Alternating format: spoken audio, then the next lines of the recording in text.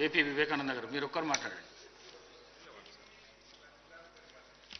అధ్యక్ష, మా దగ్గర మిత్రుడు కాబట్టి తప్పకుండా మా యొక్క ఫీలింగ్స్ తెలియాలి కాబట్టి మిమ్మల్ని అవకాశం కోరం ఇచ్చినందుకు ధన్యవాదాలు అధ్యక్ష. అధ్యక్ష, మాగంటి గోపీనాథ్ గారు చాలా డిసిప్లిన్డ్ గల నాయకుడు అధ్యక్ష. చాలా సిస్టమేటిక్గా, వెల్ డిసిప్లిన్గా, వెల్ బిహేవియర్గా, ఒక ఆదర్శవంతంగా ఉండే నాయకుడు అధ్యక్ష. ఫుల్ టైం పాలిటీషియన్ అధ్యక్ష.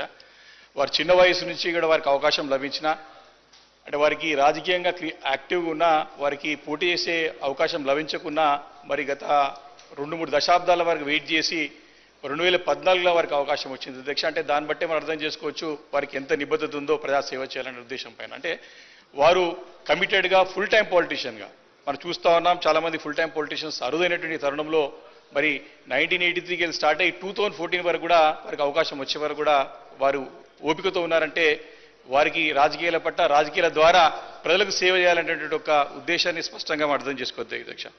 అధ్యక్ష, వారు నన్ను ప్రశ్నలు కూడా వ్యక్తిగతంగా కూడా 2014లో మేమందరం కూడా మొదటిసారి శాసనసభకి ఎన్నికైనప్పుడు వారు వ్యక్తిగతంగా కూడా నన్ను చాలా ప్రోత్సహించేవాడు అధ్యక్ష. మాట్లాడడానికి కానీ, అసెంబ్లీలో సమస్యలు డిస్కస్ చేయడానికి కానివ్వండి, హైదరాబాద్ విషయాల్ని ప్రస్తావించేటప్పుడు కానీ వారు వ్యక్తిగతంగా ఏమైనా అవకాశం వస్తే వివేకి అవకాశం ఇవ్వండి, తప్పకుండా వారు మాట్లాడతారు, బాగా మాట్లాడతారని నన్ను వ్యక్తిగతంగా కూడా ప్రోత్సహించిన సందర్భం ఉంది. కాబట్టి వారు లేకపోవడం అనేది చాలా బాధాకరమైన విషయం అధ్యక్ష. అధ్యక్ష, వారు వయసులో పెద్దవారైనా, నాకంటే చాలా పెద్దవారు, 14 సంవత్సరాలు పెద్ద అయినా కానీ వారు ఒక మిత్రుడిగా, ఒక సోదరుడు దగ్గరగా ఒక ఫ్రెండ్ లాగా క్రియేట్ చేసుకుంటూ వారు తర్వాత వారి వయసు తెలియదు అధ్యక్ష. తర్వాత ఆయన ప్రస్తావించడం జరిగిందని వారి యొక్క మిత్రత్వానికి, ఫ్రెండ్షిప్కి చాలా వాల్యూ ఇచ్చేటువంటి వ్యక్తి మాగంటి గోపీనాథ్ గారు అధ్యక్ష. అధ్యక్ష, మరి గత 10 సంవత్సరాలు కూడా మరి ఇక్కడ హైదరాబాద్ నగరంలో పురపాలక శాఖ మంత్రి ఉన్నటువంటి కేటీఆర్ గారి నాయకత్వంలో మేమందరం ఒక టీం హైదరాబాద్గా పనిచేసినాం అధ్యక్ష. నగర ట్రాఫిక్ సమస్య పరిష్కరించడంలో కానివ్వండి, వరద జలాలు వచ్చినప్పుడు ఏ రకంగా దీన్ని పరిష్కరించాలన్నప్పుడు మేము వ్యక్తిగతంగా మాట్లాడుకున్నప్పుడు కూడా అప్పుడు స్ట్రాటజిక్ నాలా డెవలప్మెంట్ ప్రోగ్రాం కానీ, స్ట్రాటజిక్ రోడ్ డెవలప్మెంట్ ప్రోగ్రాం కానీ, ఇలా అనేక సమస్యలు పరిష్కరించడంలో మేమందరం ఒక జట్టుగా హైదరాబాద్లో ఉన్నటువంటి శాసనసభ్యులందరం కూడా ఒక టీమ్గా పనిచేసి మరి పనిచేస్తున్న మూలానే మేమందరం కూడా 3 సార్లు గెలవగలం అధ్యక్ష. ప్రజల మనసులో స్థానం సంపాదించుకోగలిగినాం.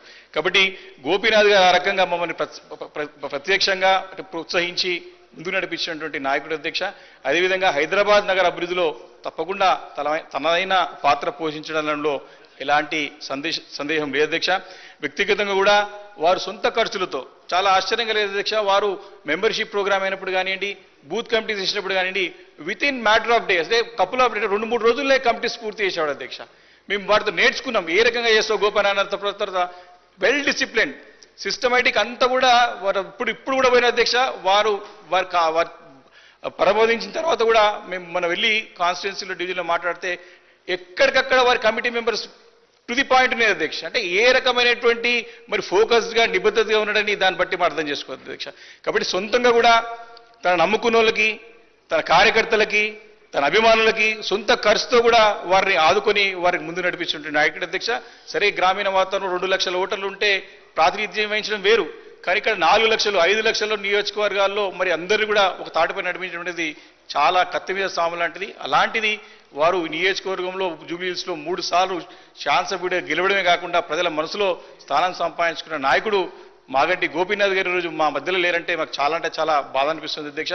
వారి యొక్క ఆత్మకి శాంతి చేకూర్చాలని, వారి యొక్క కుటుంబాన్ని కూడా ధైర్యాన్ని ఇవ్వాలని చెప్పేసి ఆ భగవంతుని మనస్ఫూర్తిగా ప్రార్థిస్తూ మరి ప్రభుత్వం ప్రవేశపెట్టిన తీర్మానాన్ని బలపరుస్తూ సెలవు తీసుకుంటున్నారు అధ్యక్ష. Thank you. I request Shri Prashanth Reddy గారు.